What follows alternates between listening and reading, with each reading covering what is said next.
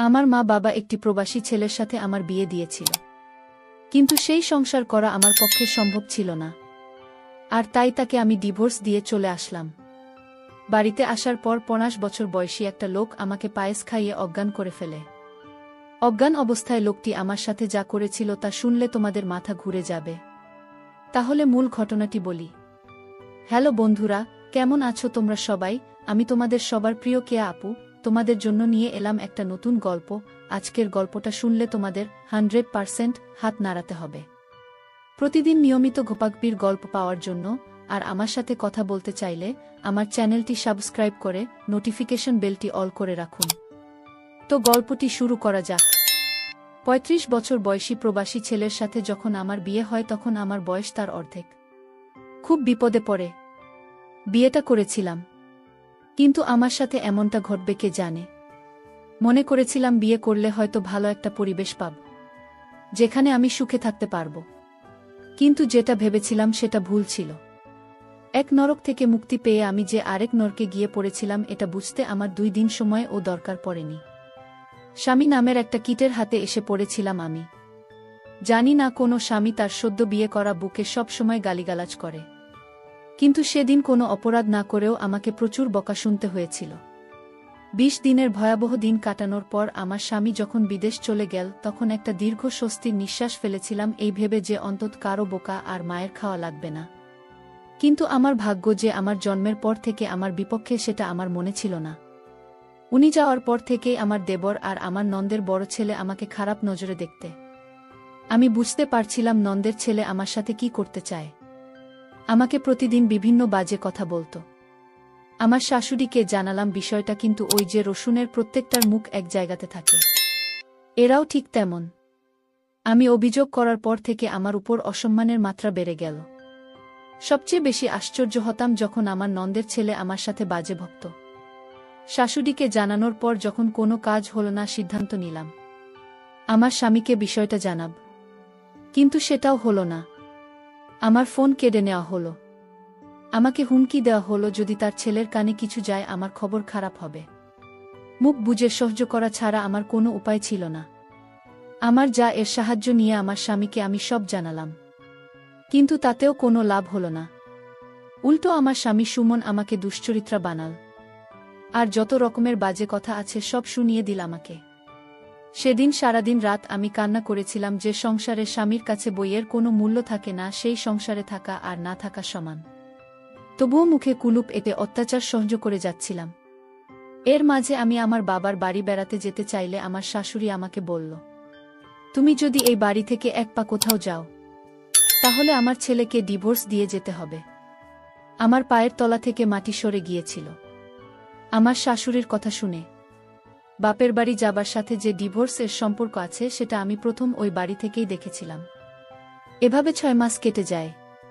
এর মাঝে আমার বাবা বড় ভাই বা সৎ মাকে ও আমাকে একটা বারের জন্য দেখতে যায়নি। আমার স্বামী মাসিয়া থেকে বাড়িতে আসার সাথে সাথে আমাকে ডিভোর্স দিতে নিয়ে যাওয়া হয়। উনি আমার একটা কথাও শোনেনি।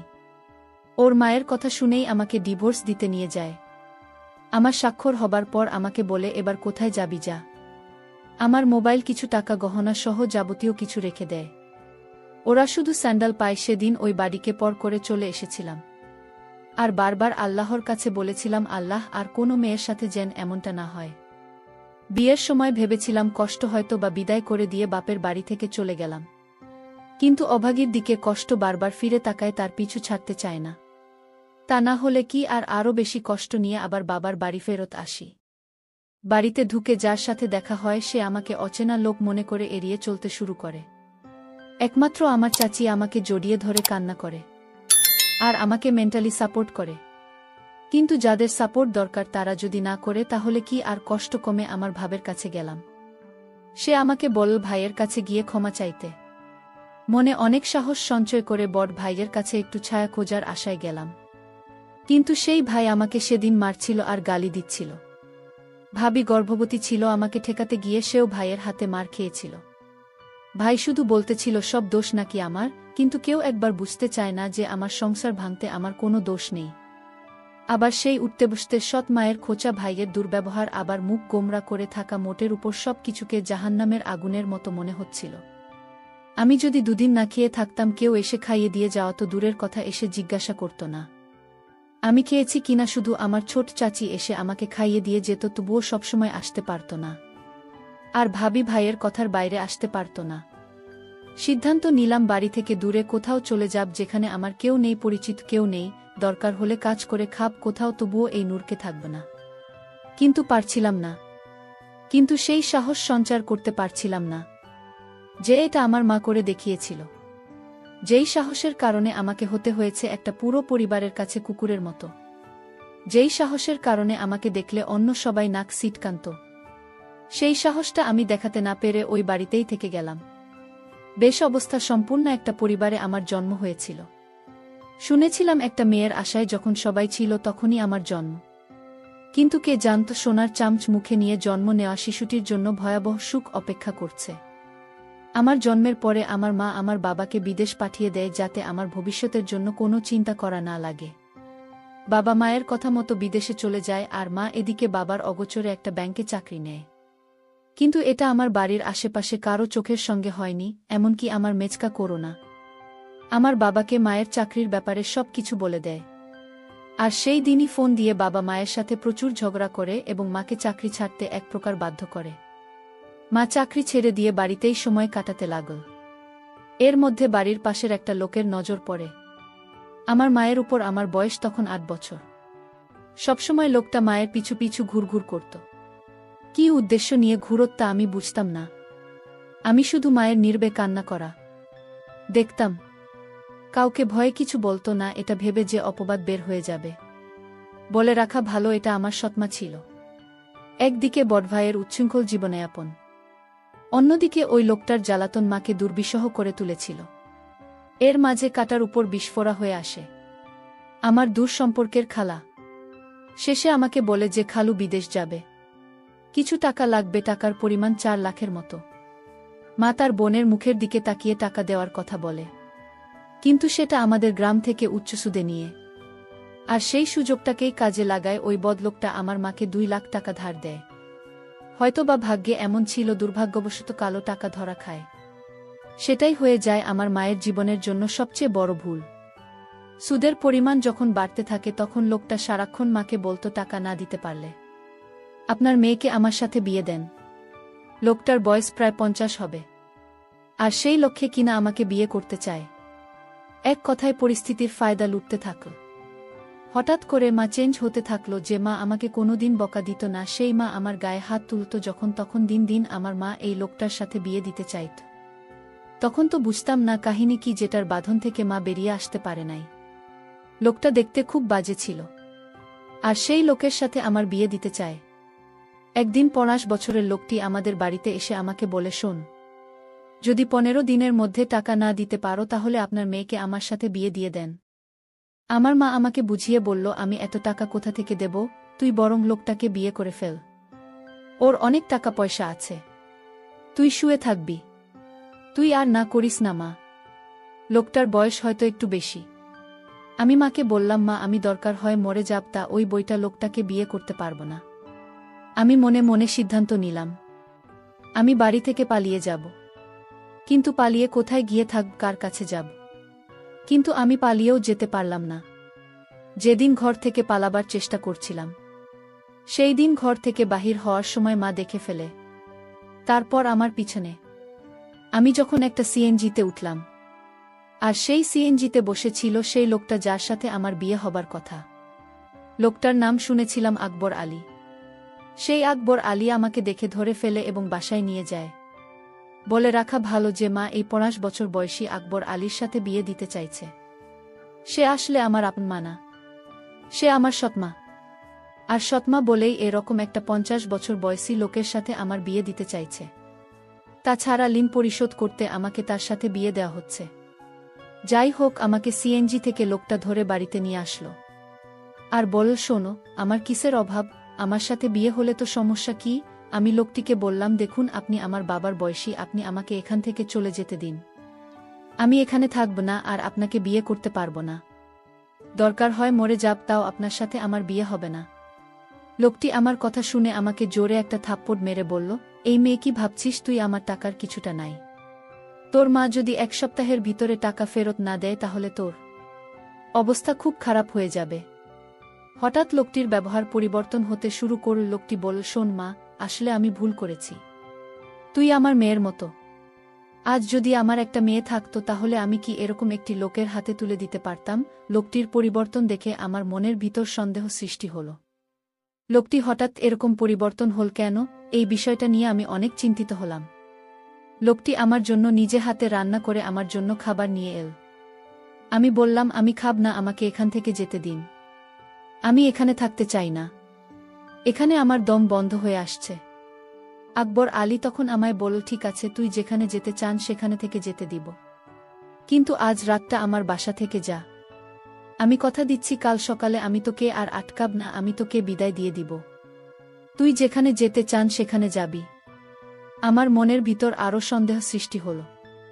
আজ রাত থাকার কথা বলছে কেন? কি হয় জানি না। আকবর আলীর বাড়িতে কেউ নেই। আকবর আলীর বড় মারা গেছে। তার একটা ছেলে সন্তান আছে, সে বিদেশে থাকে। আকবর আলী নিজে রান্না করে মাঝে মাঝে বয়ে এসে রান্না করে দিয়ে যায়।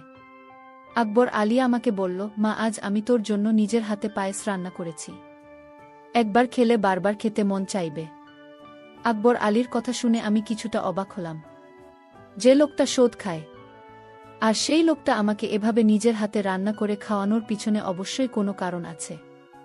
আকবর আলী আমার জন্য পায়েস নিয়ে এসেছে আর বলছে, মাকে চুপচাপ ঘুমিয়ে পড়ো, আর যদি তুই পারিস টানা খাস তাহলে আমার ভীষণ কষ্ট হবে। খেয়ে নে মা, আমি কথা দিলাম কাল তুই যেখানে যেতে চাইবে ঠিক সেইখানে আমি তোকে দিয়ে আসব। তাও তুই খেয়ে নে। আকবর আলী আমরা এমনভাবে বলছিল আমি না খেয়ে পারলাম না। আমি আকবর আলীর নিজ হাতে তৈরি করা পায়েস খেয়ে নিলাম। বাসটা খাওয়ার 30 মিনিট পর আমার শরীরটা কেমন জানি করতেছিল। শরীরটা অস্থির অস্থির লাগছিল। আমার কিছুই ভালো লাগছিল না। আমার চোখে কিছুটা ঝাপসা দেখতে লাগলাম। আমার মাথা ঝিমঝিম করে ঘোরাচ্ছে। আমার কাছে মনে হচ্ছে পৃথিবীটা ঘুরছে। আমার এরকম অস্থির দেখে আকবর আলী জিজ্ঞেস করল, কি রে মা, কি হয়েছে তোর? যে লোকটা 2 দিন আগে আমাকে তার ঘরের বউ হিসাবে দেখতে চায়, আর সেই আকবর আলী আমাকে নিজের মেয়ে বানিয়ে ফেল। এটা আমার কাছে কেমন জানি অদ্ভুত ব্যাপার মনে হল। যাই হোক, পায়েস খাওয়ার পর থেকে আমার মাথাটা কেমন জানি ঘোরাচ্ছে। প্রচুর ঘুম পাচ্ছিল। আমি হঠাৎ বিছানায় শুয়ে পড়লাম। আমি ঘুমিয়ে পড়লাম। এরপর আমার সাথে যা ঘটেছিল তা শুনলে তোমাদের হুঁশ থাকবে না। আমি যেন অজ্ঞান অবস্থায় ঘুমিয়ে পড়লাম। আমার কোনো হুঁশ ছিল না। তারপর আকবর আলী আস্তে করে আমার রুমে আসলো আর আমার বিছানায় বসল। আকবর আলী এক অদ্ভুত আচরণ করল ঘুমের ঘরে। আমি স্বপ্নে দেখতে লাগলাম আকবর আলী আমার কাছে আসছে, আর আকবর আলীর হাতে বিশাল বড় একটা হাতুড়ি দিয়ে আমাকে মারতে আসলো। আর এই স্বপ্ন দেখে আমি বিছানা থেকে লাফ দিয়ে উঠে পড়লাম। উঠে দেখি রুমে কেউ নাই, তবে আমাকে কেমন জানি এলোমেলো লাগছে। মনে হচ্ছে আমার ঘরে কেউ আসছিল। আমি বিছানায় একটা ঘড়ি দেখতে পেলাম, আর সেই ঘড়িটি আকবর আলীর হাতে ছিল। আমি ভালো করে লক্ষ্য করলাম এটা আকবর আলীর হাতে ছিল, কিন্তু দরজা তো ভিতর থেকে লক করা। তাহলে আমার রুমে কেউ ছিল না। তাহলে আমি কি বাজে স্বপ্ন দেখছি? আর সেই স্বপ্নে আমার ঘুম ভেঙে গেল। আকবর আলী আমার রুমে না আসলে তাহলে কি আমার রুমে আসলো? আর ঘড়ি তো আকবর আলীর। তাহলে আকবর আলী কি আমার রুমে এসেছিল? আমি রুম থেকে বের হয়ে দেখলাম আকবর আলী নামাজ পড়তে লাগল। আমি আকবর আলীকে দেখে ভীষণ অবাক হলাম। আমি দাঁড়িয়ে থেকে তার নাম আজ দেখলাম। নামাজ শেষে হলে আমি তার কাছে গেলাম এবং বললাম, দেখুন আজ রাতে আমার রুমে কে আসছিল? আমি বুঝতে পারছি না। তারপর আকবর আলী বলল, আরে বোকা মেয়ে, তোমার রুমে আবার কে আসবে? তুমি হয়তো দুঃস্বপ্ন দেখছ। তাহলে আমার বিছানায় আপনার ঘরে কি করে এলো? একই ঘুড়ি তো আমার হাতে। তাহলে টাকার ঘুড়ি। ও বুঝেছি মা, আমার ছেলে 2টা একরকম ঘুড়ি নিয়ে আসছিল বিদেশ থেকে। আর তুমি যে রুমে থেকেছ সেই রুমে আমার ছেলে থাকতো, সে হয়তো ভুল করে ঘড়িটা ফেলে রেখে চলে গেল। আচ্ছা, আমি তোমার জন্য একজন পাত্র ঠিক করেছি, আমি তোমাকে তার সাথে তোমাকে দিয়ে দেব। তোমার মায়ের সাথে আমার কথা হয়েছে। আমার তো কোনো মেয়ে নেই, আর আমি তোমাকে আমার মেয়ে করে নিলাম। আর তুমি গতকাল রাতে যা দেখছ সবই দুঃস্বপ্ন মা। তারপর আকবর আলী আর আমার মা আমার জন্য সেই সময় ছেলেটিকে নির্ধারণ করল। আমি আকবর আলীকে বাবা বলে ডাকলেন। বাবা, আসলে আমি তোমাকে ভুল বুঝেছিলাম। তোমার মতো এমন মানুষ এ যুগে পাওয়া বড়ই কঠিন। তারপর আকবর আলী বাবা আমার বিয়ের সমস্ত খরচ বহন করে আমাকে সুমনের সঙ্গে বিয়ে দিয়ে দিল।